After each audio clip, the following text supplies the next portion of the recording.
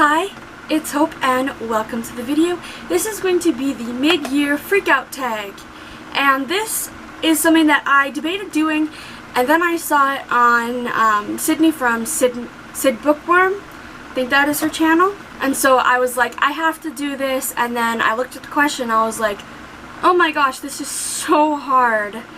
So some of these are going to be like kind of like half-ass answers, but yeah. So I'm going to go ahead and go through the questions, say what book. I'm not really going to explain these books because, well, I have a giant stack of books here, and that's not even all the books that are included in this. So I'll read the question, and I'll put the question down like the bottom of the screen so you know what question I'm correlating with. So let's just start with question number 1, best book you've read so far in 2021. This one was like kind of hard because it was like best book is a really hard title, and I was even going through like my 5 stars, and like first of all, like almost half my 5-star rating, like 5-star books I've read this year have been rereads. So this one was really hard, but I think I have to give it to The Crown of Gilded Bones by Jennifer L. Armentrout. This is one of my favorite books that I've read this year, and I just enjoyed it so much, so I think it has to get best book of 2021 so far, although a book that was very, very close might be A Court of Silver Flames. I have that, I'm too lazy to grab it, but I'm giving the best book of 2021 so far title to The Crown of Gilded Bones. Best sequel that I have read this year, I could give to The Crown of Gilded Bones, and I was really tempted to, but best sequel I've read so far I think has to be Chain of Iron by Cassandra Clare. I absolutely love this book, and it's the sequel to Chain of Gold, and I just loved this, and yeah, I like can't really give reasoning, but just everything gets the kind of like the stakes get raised in this series, and just I don't know, we discover more of the characters a little bit better, so yeah. So the next question is new release you haven't read yet but want to. I'll first start off with 3 that I own that I'm dying to get to, and those are Some Girls Do by Jennifer Duggan, The Sky Blues by Robbie Couch, and Meet Cute Diary by Emery Lee. But then there's also Heartstopper Volume 4 by Alice Oseman. I have a copy of it coming in the mail, and you best believe the second it gets in the mail, I'm reading it. Also In the Ravenous Dark by A.M. Strickland. What else? Oh my gosh, I feel like I'm brain farting on every single book that came out this year, but those are probably like the top ones that I'm like, I need to read ASAP, and I'm hoping to read them within the next few months, like maybe over the summer, maybe. But most anticipated release for the second half of the year, A Shadow in the Ember by Jennifer L. Armentrout. That is like, I think that is pretty much like one of the reasons I'm living right now, is like I need to read that book ASAP, and it doesn't come out until October 19th, so like, please. I would also say that Liars by Dana Isley, that one I'm also kind of excited for because the first book in that series, Scars, ended up on a really big cliffhanger. The Haunting Life of Huntley Parish by Stephanie Ann, really excited for that.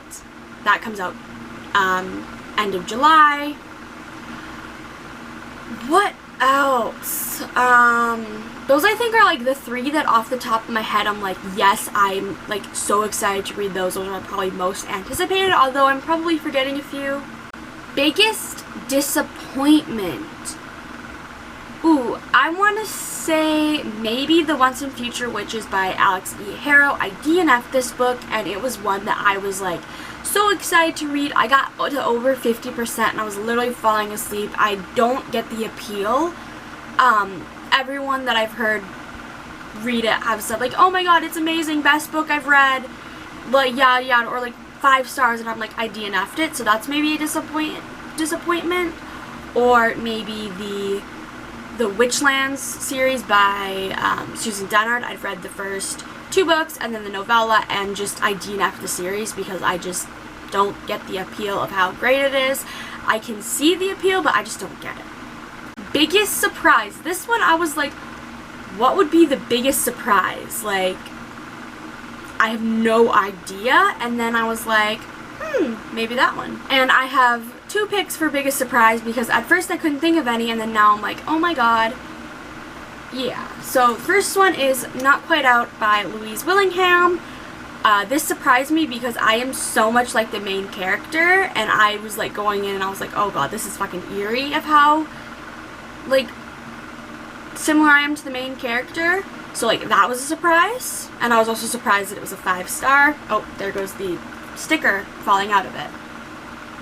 And then the next books are a series that I was surprised that I loved as much as I did. I was surprised that this now has the title for favorite contemporary series, even though it's like one of the only contemporary series I've read, but it still has that title. It snatched that title right away, and that is the All for the Game trilogy. I do not own the 3rd book, The Kingsmen. I'm hoping to get that soon, but the All for the Game trilogy by Nora Sakovic, I was surprised because I went in like, oh, this is going to be like a sports series, and it ended up being so much more darker than I expected, and I enjoyed it so much. Like, first 2 books here were a 4.5, and then the final book was a 5-star, and I was expecting to maybe give these books 4 stars at the most. Newest favorite author, it can be a debut or new to you. I would have to say that a newest favorite author would have to be Jennifer L. Armentrout.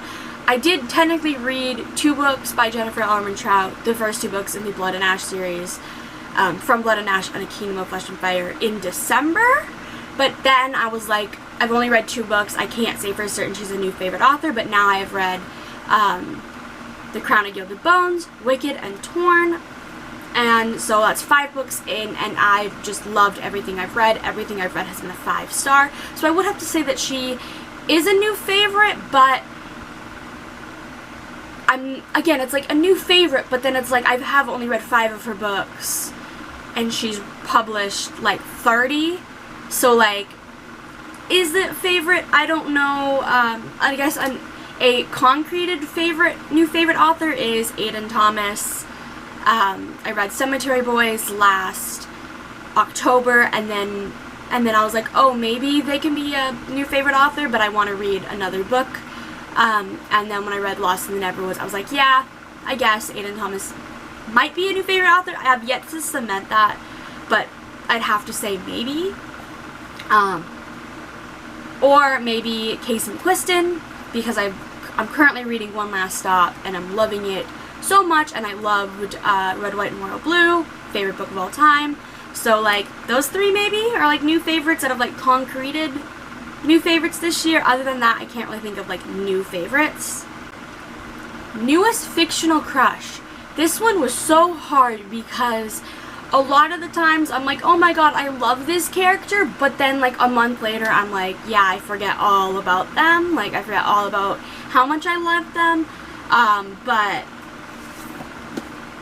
2 that like stick out to me, and that the second I read this I was like, these 2 are, one is Ren Owens from the Wicked trilogy by Jennifer L. Armentrout. Yes, I've only read the first 2 books, but I have loved him so much in the first 2 books, and I have a feeling in the 3rd I'll just love him even more. And then the only other one I could think of, but again, this is one that I read this month, so I'm like, will it be the same in like 2 months, 3 months, and that is Ace Clyde from Counting Down For You by Kashi Bouillon. Literally, I was reading this book and I was like, where the hell can I get myself a boyfriend like this? Or I'd have to say maybe August from One Last Stop. I'm technically currently reading it, so I can't say for certain, but I've just loved her so much that I'm just like, might as well. But like, other than that, I can't really think of like fictional crushes, because a lot of them are just like, for example, I could pick one I guess I could pick, but it's kind of cheating, and that is Castiel, Poppy, and Kieran from the Blood and Ash series. But I read the first 2 books, and I developed those crushes in the first 2 books that I read in December. So I'm like, can I count those? Other than that, I'm not really sure. I mean, because there's so many characters that I'm like, I love, but I'm like, do they count as crushes? I don't know. Like, those are like ones that I could pick up. Maybe, I don't know. A lot of them are continuations from series that I read last year, like Cassian and Nesta from A Court of Silver Flames. I already knew I loved them from the first books that I read last year, so it's like those don't count, but it only like their book only solidified that, so I'm like, I don't know. Okay. Book that made me cry. The Crown of Gilded Bones by Jennifer Armentrout. I fucking sobbed at the end of that. Rule of Wolves by Leigh Bardugo. There's a death in here that I literally had to like sit back and just go, I'm sorry, what the fuck did you just do, while crying. I can't really think of any other books that made me cry. No, actually, Girls Made of Stars by Ashley Herring Blake. I cried, but I cried for reasons that it was something that the topic of the book made me cry. So like, the book didn't technically make me cry, but the book made me think something that made me cry, so like there's that, and it was the only reason I cried about it was because it was a topic of the book. But other than that, I can't really think. I guess Chain of Iron, I think I cried. I feel like I probably cried, so like, yeah. Those, I don't know. Most beautiful book you've bought in this so far this year or received. Rule of Wolves, but like the under jacket, like that's so beautiful. Excuse me. So we'll use this as book bought because I bought this with my own money. And then we'll do a book gifted because this I think is the most beautiful book I've received this year so far, and that's The Lost Prince of Cadira by Stephanie Ann. I got sent this by the author and I'm dying to read it.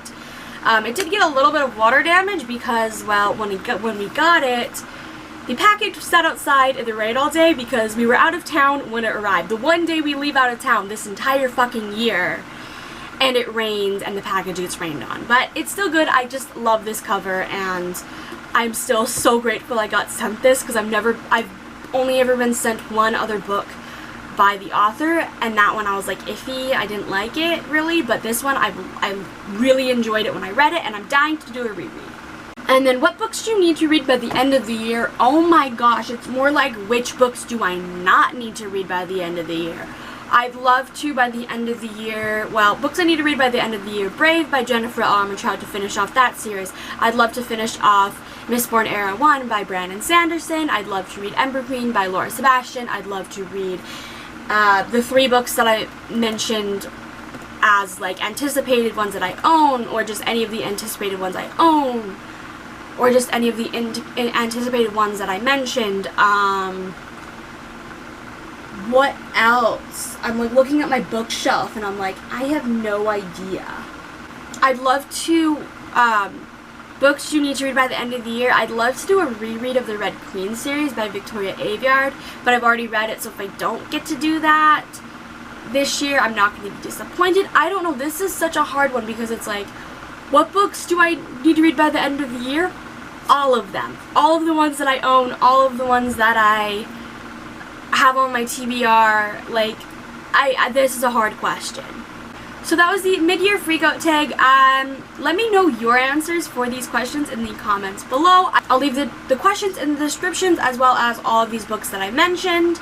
And I hope you enjoyed this video, and bye!